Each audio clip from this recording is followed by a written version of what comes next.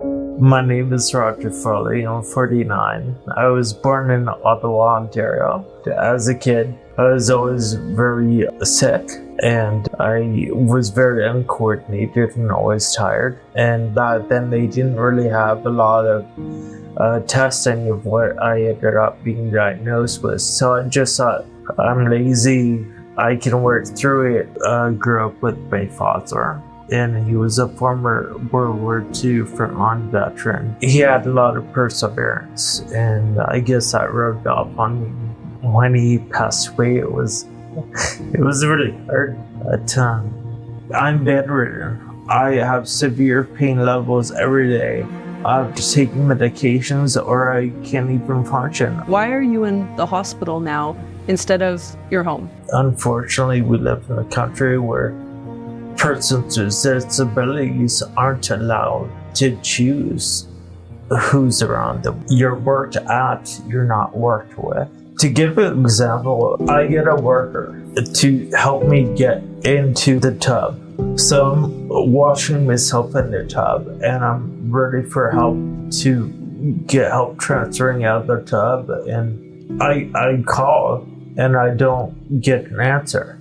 I crawl out of the tub and everything is slippery and I don't have full control of my limbs. And so I'm crawling, and as I'm crawling down my hallway here, and he's stretched out on one of my chairs in a deep sleep. And I'm like, what do I do here? Like, and keep in mind, I'm like wet, I'm naked. It's not dignifying at all. But I reported to the agency, and then he confessed, and the agency, they really didn't care.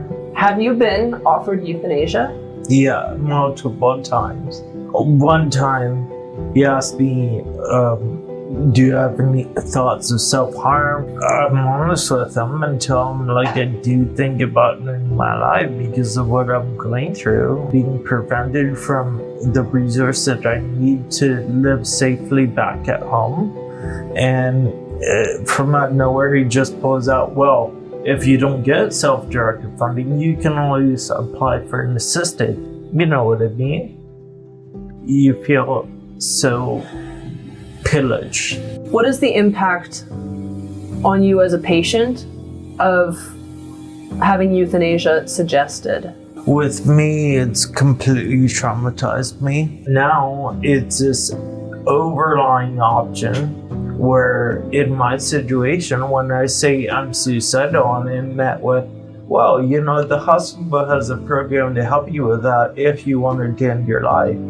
That didn't exist before MAiD was legalized, but now it's there. There is not going to be a second within the rest of my life that I'm not going to have flashbacks to it. The devaluing of me and all that I am. What would you say to people who say it's only religious people who are trying to prevent MAiD in Canada? That's the ultimate gaslighting statement. Like, I'm not religious. I respect people who are religious. Saying that it's just persons who oppose euthanasia and suicide are completely wrong. And these people who usually say it, they have an ableist mindset, and they look at persons with disabilities and see us as just better off dead and a waste of resources. What is it that gives you hope, Roger? The thing that gives me hope is that one day this titanium wall of a system, I'll be able to break through it and get access to the resource that I need, and to live at home with workers who want to work with me and I want to work with them, and that we can work as a team. I have a passion to live. Like, I don't want to give up my life.